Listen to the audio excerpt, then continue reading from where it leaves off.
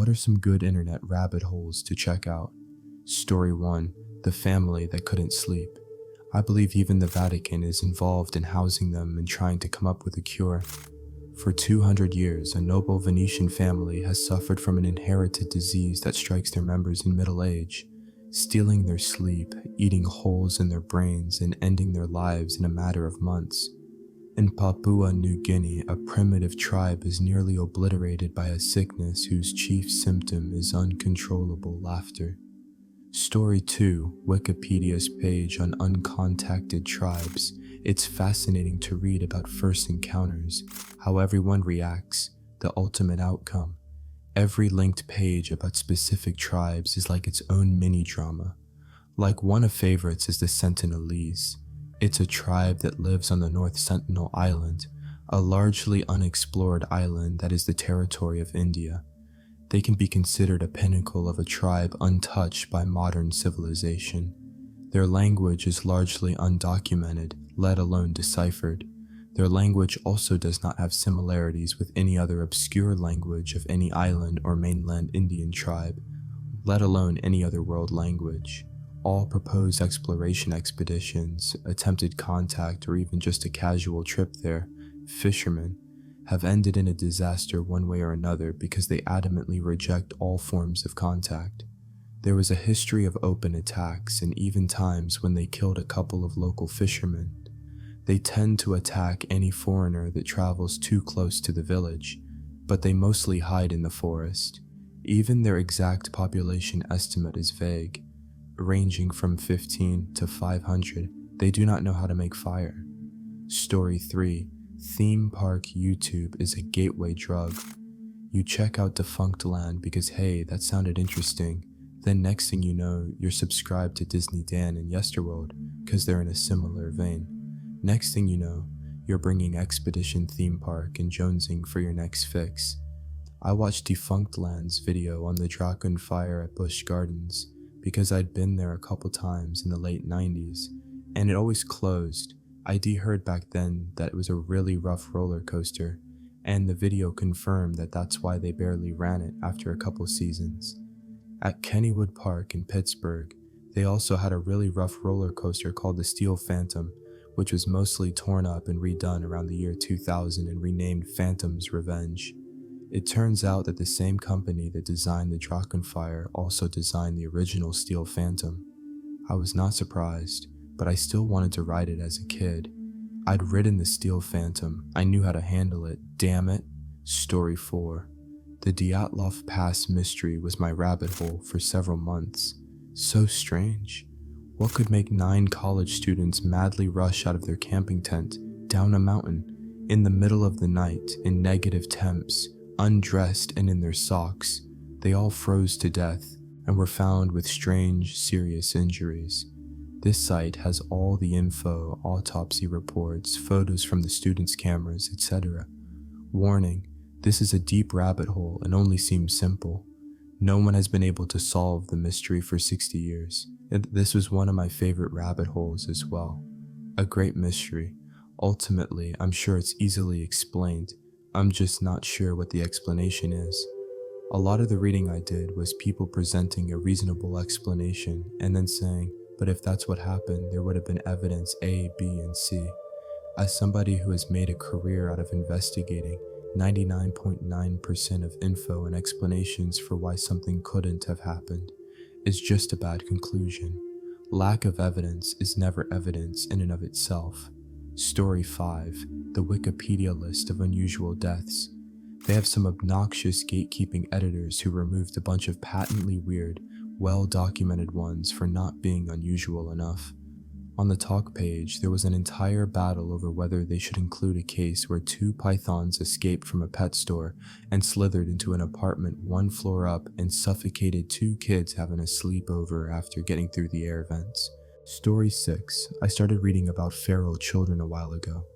I think the earliest documented case I can remember was a boy named Victor around the age of 7 or so, who was found somewhere in France in the mid to late 1700s by a hunting party. They brought him back into town, but he escaped. He was found again a year or 2 later and finally placed under the care of some psychologist who wanted to study him. Victor possessed some unusual physical features because of his feral upbringing, like hard calluses on his knees, among other things. He died around the age of 40 and only ever learned to say his name and the word milk in French. There are countless other documented stories of feral children from that point on all around the world, with most having similar characteristics of distorted physical features, adaptation to a meat or harsh diet, and an inability to learn human speech. Most of the children never lived to see adulthood, and it's one of the most fashionable internet rabbit holes I've ever explored. Story 7. Chris Chan. Arguably the most documented person ever, his story is a tragic one. He is a good example of what can happen to a person who lets the internet consume them. He's been harassed and trolled into a very sad state. A lot of it is his own fault, and he continues to pursue the same irresponsible course of actions, but the majority is from all the things people have put in his head and made him believe. It's very interesting though. Story 8. Frank D'Angelo.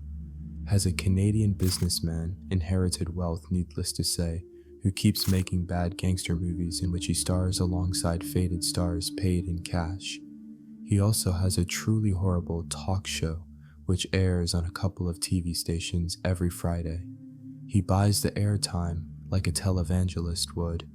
His YouTube channel and IMDb page are full of blatantly paid commenters. He's also been involved in many shady business deals that went sour, and he beat a charge of abuse even though the judge thought he was likely guilty, just not enough to be found guilty beyond a reasonable doubt. His patron for many years was Barry Sherman, the Canadian pharmaceutical billionaire murdered alongside his wife a few months ago. Story 9. WikiTravel is a super favorite of mine. I haven't been able to afford a vacation in years, so at least I have a website that has no affiliation to other travel review websites that I can browse through and dream about. Also, I love that their articles are written from very personal perspectives, so they seem to be a little more human. I actually will read a WikiTravel article about an area of the world that comes up in the news that I might not know much about, just to get a sense of what the people are like. Not to mention, they had a run of great April Fool's entries you can still find on the website. Their entry on hell is a particular favorite of mine. Story 10. Astronomy. Fast radio bursts, transient radio pulses lasting only a few milliseconds from a mission, regions thought to be no larger than a few hundred kilometers and estimated to occur several hundred times a day. While several theories have been proposed, there is no generally accepted explanation for them. The only known repeating FRB emanates from a galaxy roughly 3 billion light-years from Earth. Origin and future of the universe. How did the conditions for anything to exist arise? Is the universe heading towards a big freeze, a big rip, a big crunch, or a big bounce? Or is it part of an infinitely recurring cyclic model? Story 11. The Bulwer-Lytton Contest. The rules of the contest is basically just send the worst opening paragraph you can possibly write. And boy did I spend hours through every year's nominations. One of my favorites from 2018. I knew that Dame was trouble as soon as I set eyes on her. See, there was a stain on her clingy dress. Wine, difficult to get out. You notice these things when you've been in the business as long as I have. There was a piece of gum stuck to the bottom of her high heel, cherry, that would leave a gristly pink trail following her every step. You pick up on these things when you are as experienced as I. And when she coolly asked me directions to the detective's office, I pointed her down the hall and went back to mopping the floor. Story 12. 6 degrees of separation. 6 degrees of separation is the idea that all people are 6, or fewer, social connections away from each other. As a result, a chain of a friend statements can be made to connect any two people in a maximum of 6 steps. It was originally set out by Frigius Corinthi in 1929 and popularized in an eponymous 1990 play written by John Guare. It is sometimes generalized to the average social distance being logarithmic in the size of the population. Story 13. Prison cuisine.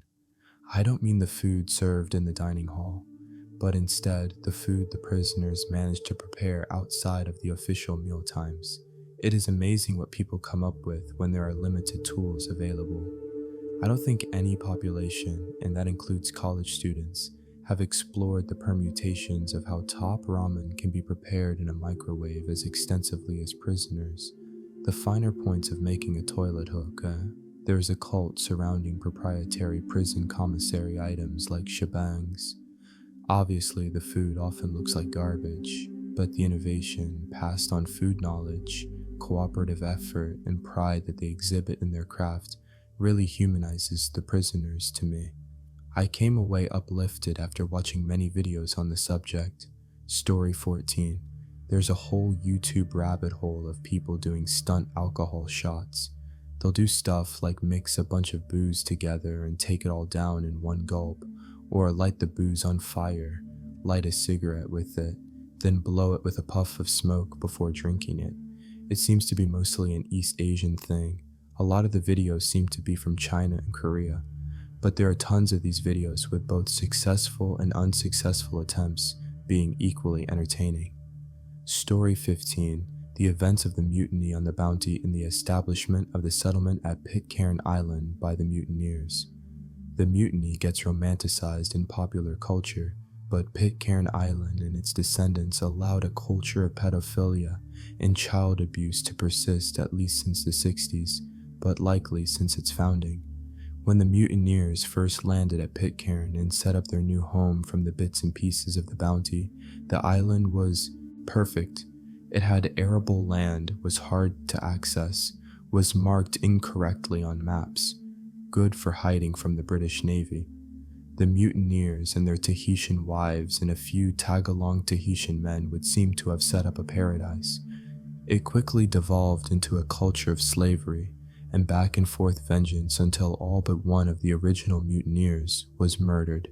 The mutineers shared their Tahitian wives back and forth. This angered the Tahitian men who murdered some of the mutineers. A cycle of violence and slavery was established that likely persisted by the descendants until it was rediscovered in 2008 by a reporter. The trials that followed were long and the sentences light, but the island's reputation as a model of Victorian standards has been in shambles since. Story 16. This is a rabbit hole that seems to go on forever. After following many codes and clicking tons of links, this website leads you to some strange places. One place I ended up on was a link to the meaning of death, and another path led me to an artist that died in the 1600s. This website is truly terrifying to people who explore deep. Spoiler, after copy and pasting the first code into the search bar without asking your permission, the website will show where you live on a map and then will show links of your address, leading to more links and codes. So if you're bored at 3 a.m., this is a place you should check out. Story 17. Watch the Paranormal Scholar on YouTube. Any number of rabbit holes open up. Also, all-time conspiracies. Among them, some personal favorites are the Denver Airport, the Orang Medan, the Black Knight Satellite. Go there for the summary and then start digging. Some other favorites: black-eyed children, Reddit posts about the paranormal, and stuff about the dark web. Most of the latter is not entirely accurate though. If you like fictional rabbit holes and a touch of horror, check out the SCP Wiki. Lots of cool stuff from that community, and a lot of it goes deep. Story 18, the SCP Wiki. It's a fun, collaborative project between thousands of writers that sort of erupted out of the depths of the internet. It's sort of about this secret paramilitary organization that covers up and contains the supernatural. It's really interesting because most of the entries are written as scientific documents and classified military documents on all these supernatural things, with redactions and black ink, except the lore is a total rabbit hole that gets deeper and crazier as you go, with just the right amount of mystery to make your imagination run wild. If you're a fan of Lovecraft, I cannot recommend SCP enough. Story 19. If you like adventure travel, even vicariously, this 65-page travelogue of a couple who drove across the Democratic Republic of Congo several years ago is riveting. It brings up ethical questions which the couple addresses about the role of white travelers in Africa and how to compensate people who help them. The stories of long-term missionaries in the villages or outposts are fascinating. One note that impressed me: while planning their route and knowing that many of the roads on the map were going to be impassable, they contacted Coca-Cola to ask about their distribution network in the country. Coke didn't distribute their products outside of major cities, which was a red flag about the viability of the non-major roads in DRC. Didn't stop them though. Story 20. If you are interested in prison or crime or justice at all, I would recommend checking out the ADX Florence Supermax prison Wikipedia and just researching anything interesting you run across. It is the US government's only super maximum security prison. There are maximum security state prisons, but this is the only federal one, which hosts a slew of famous criminals. Despite its scenic location, the inmates cannot see over the wall from any location in the prison. In fact, the prison is designed so that the inmates have no idea where they are within the facility at any given time, and their only view of the outside is occasionally of the sky. Story 21. It is likely a bit Canada-centric, but every now and then I get sucked into reading stories on the Veterans Canada list of Victoria Cross winners. Some of them read like the Dirty Dozen, but then you remember that these things actually happened. For example, for most conspicuous bravery, initiative, and devotion to duty when after an unsuccessful attack, Sajuto Knight led a bombing section forward under very heavy fire of all descriptions and engaged the enemy at close quarters. Seeing that his party continued to be held up, he dashed forward alone, bayoneting several of the enemy machine gunners and trench mortar crews and forcing the remainder to retire in confusion. He then brought forward a Lewis gun and directed his fire on the retreating enemy, inflicting many casualties. In the subsequent advance of his platoon in pursuit, Sajuto Knight saw a party of about 30 of the enemy go into a deep tunnel which led off the trench. He again dashed forward alone and, having killed one officer and 2 NCOs, captured 20 other ranks. Subsequently, he routed, single-handed, another enemy party which was opposing the advance of his platoon. I'm sure most countries have similar lists compiled for their national awards of distinction. Story 22. Who Billy the Kid really was. It's a widely debated topic and a lot of stuff out there on the internet to sift through. My great-great, not sure how many times, Uncle Oliver Roberts, known as Brushy Bill Roberts, confessed to being Billy the Kid when he was an elderly man and living in Hiko, Texas. The past governor, don't remember if Texas or another state, had stated that anyone who confessed to being the real Billy the Kid would be pardoned, so Brushy Bill went to take them up on that offer, but there wasn't enough hard evidence at the time to confirm if Roberts really was Billy the Kid. Since then, however, there are many people who have dedicated much of their lives to proving that Brushy Bill was Billy the Kid. Story 23. Poe's Law.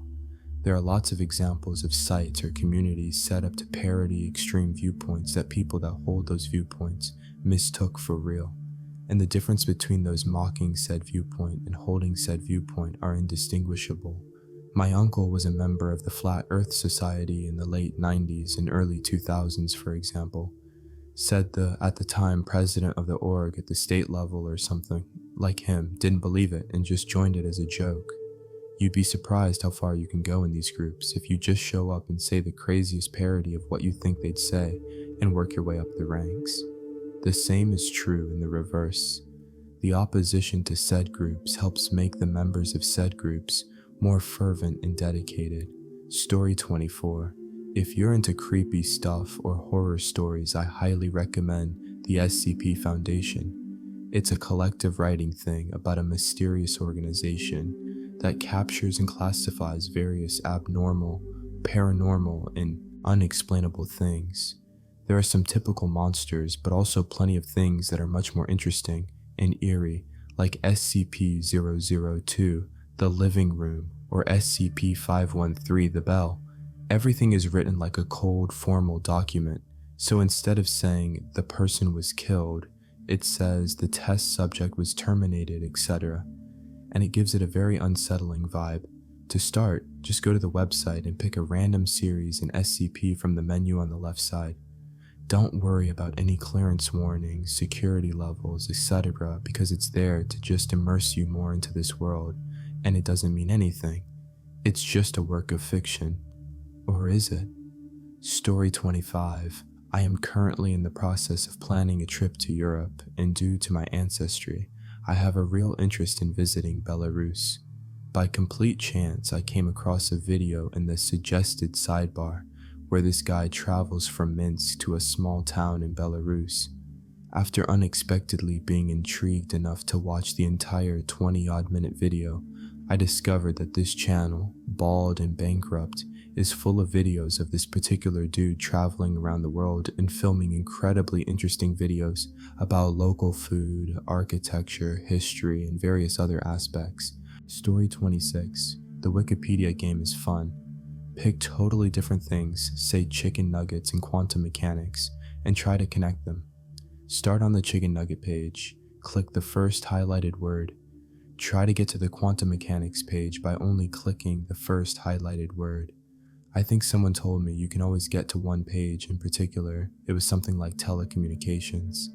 The game doesn't always work. Sometimes you get stuck in loops going to the same few pages, but you end up stumbling upon some interesting topics. I ended up learning about eugenics this way. Story 27. Reddit/fan theories and Reddit/fanfiction are two places to get started. Theories and alternate realities of some of your favorite shows, movies, comics, games, and etc. A lot of fan fiction is smut, but a lot of it isn't. There's a continuation of the A Song of Ice and Fire books that finishes the story. A Soyaf is what HBO's Game of Thrones is based on. There's an ongoing continuation of the Stargate TV series. Neither of those are short. You will literally spend hours in one, so find one you really like. And if you don't like one writer, try another. My wife writes fan fiction, mostly for My Hero Academia, but some for Full Metal Alchemist and Tokyo Ghoul. Some of it is smut, and some of it is just plain fan fiction, in line with the source material for the most part. I've dabbled a little, but haven't completed any work. My first thought was SCP, which I haven't really looked into, but I saw someone else mention. My general understanding is that SCP, which stands for Secure, Contain, Protect, is basically Area 51 fan fiction. It's a creepypasta collective about various aliens. The website reads like it's top secret, but anybody can access it. Personally, I find it uninteresting, but I'd probably be into it if I were more into the whole X-Files, the truth is out there, lifestyle. I like SCP and I'm glad it exists. It's very creative, but it isn't for me. I just feel it's worth mentioning along with fan fiction, as it's basically that, but for UFO conspiracy theories rather than typical fandoms. Story 28. Jill Eperly, creator of Jilly Juice. I thought the raw vegan movement on YouTube was bad. Then came Jill Eperly. She created this Jilly Juice protocol where you take fermented cabbage, water, and Himalayan salt and drinks gallons of it every night, like drinking seawater, and crap your brains out. The diarrhea is referred to as waterfalls.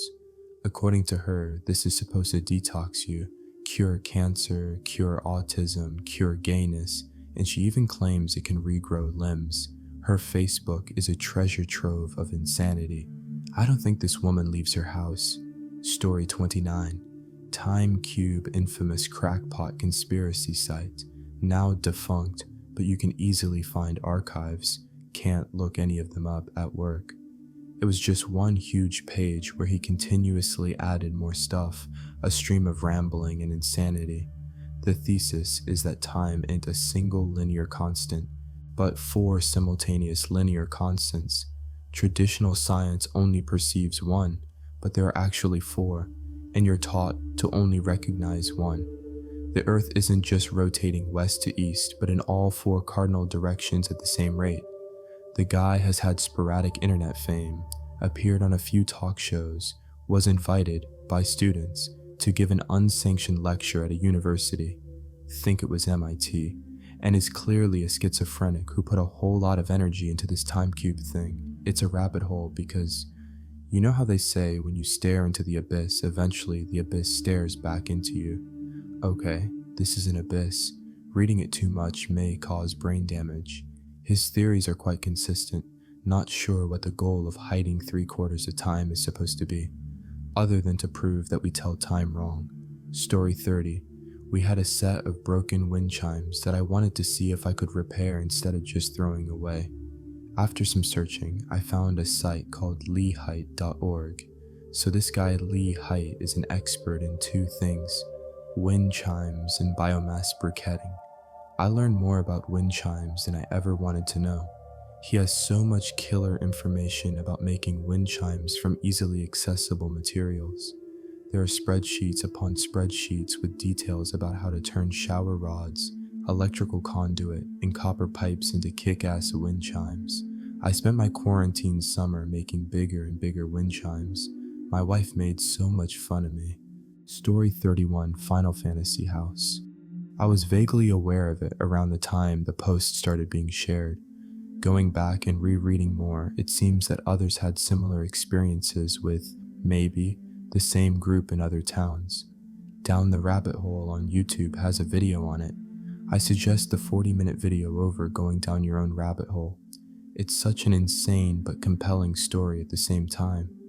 Basically, it's about a college student moving into a house where the one big condition from all is they must roleplay FF7 characters at all times.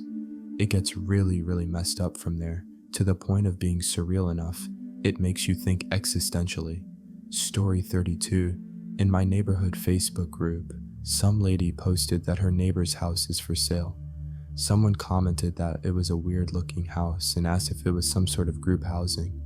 So I got curious and looked at the listing. It did look weird, sort of modern with a lot of strange art, what looked like stock photos to me, none of a family, but also had a pool table and air hockey table on the main floor, and a ton of seating in every area. An office with a ton of different screens, a home gym. It also had a lot of hockey memorabilia in it. Every single room had something hockey related, even the TVs in the office were playing hockey. In my city we have quite a few hockey players, so I got curious and started looking more closely at the photos to see if I could identify the owner, thinking it may have been a current or former NHL player. My theory was that the photos of the person had been removed and replaced with stock prints. Turned out to be just a regular family, a dad and his two teenagers. Dad does photography, both kids play hockey. But now I know so freaking much about these kids, where they go to school and where they're going to university, what hockey teams they've played on, plus all their stats, going back to single-digit age, even their birth dates. On one hand, I was impressed that I could find all that out. On the other, it's kind of scary to think that someone could get so much information, especially about kids, from real estate photos. Story 33. After listening to the Family Secrets podcast, I decided to look for my father, John Doe. Never met him. As far as I know, he is unaware of me, being the product of a probable affair. And after intense Googling and delving into Ancestry.com, I ended up finding his obituary with a picture and description of his wonderful and loving family and what a devoted husband and father he was. It was kind of a gut punch. I sent a screenshot of it to my mom, who then let me know that it was the wrong John Doe, on the wrong side of the country. I then found the real John Doe on Facebook with his cover photo showing his love for Trump and a bunch of musings of what a religious, Christ-devoted man he is. That was the end of my internet rabbit hole journey. Story 34. Danny Filippidis, 49-year-old man who just disappeared off. Missed white face on a ski trip, leaving every item he had. A couple days later, his wife gets a phone call from Danny. He says he doesn't know where he is and is freaking out, so wife tells him to call the police. Turns out he's near Sacramento, California, almost 2,900 miles away from Mount Whiteface. He was still wearing his ski gear, which included goggles, but had a new phone and a haircut, but no money.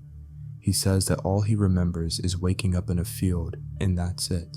Sounds fake, but there's a police report and media coverage, so it's real. What happened to him and how did he get there? Story 35. Probably the whole Illuminati or lizard people or shapeshifter conspiracy thing, which then will lead you even further into the demon, and ancient giants roam the earth, or Nephilim insanity. I was trying to find music videos by this rapper from the early 2000s named Circus. He was an underground weirdo rapper from LA who kinda had a cult following. He was from a group called the Shapeshifters, ironically. I found an interview with him from about 2012 and decided to check it out, and it turns out that all the weird crap that he was rapping about, he actually believed in. Lizards, alien mind control, ancient biblical creatures that still roam the earth, real-life shapeshifters, and all kinds of stuff. Even though most of that is all just classic manic bipolar type fantasy that I already had to hear about from a close friend that lost his mind before, I was still interested and decided to Google search some of what he was talking about, and it turns out there's huge communities based around believing in these things. It's like a mass psychosis echo chamber, reminiscent of gang stalking or Morgellons. I wish I could find the interview, but I think it's been scrubbed from YouTube. It's fascinatingly crazy.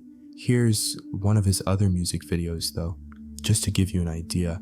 You can read the comments of people wondering what happened to him.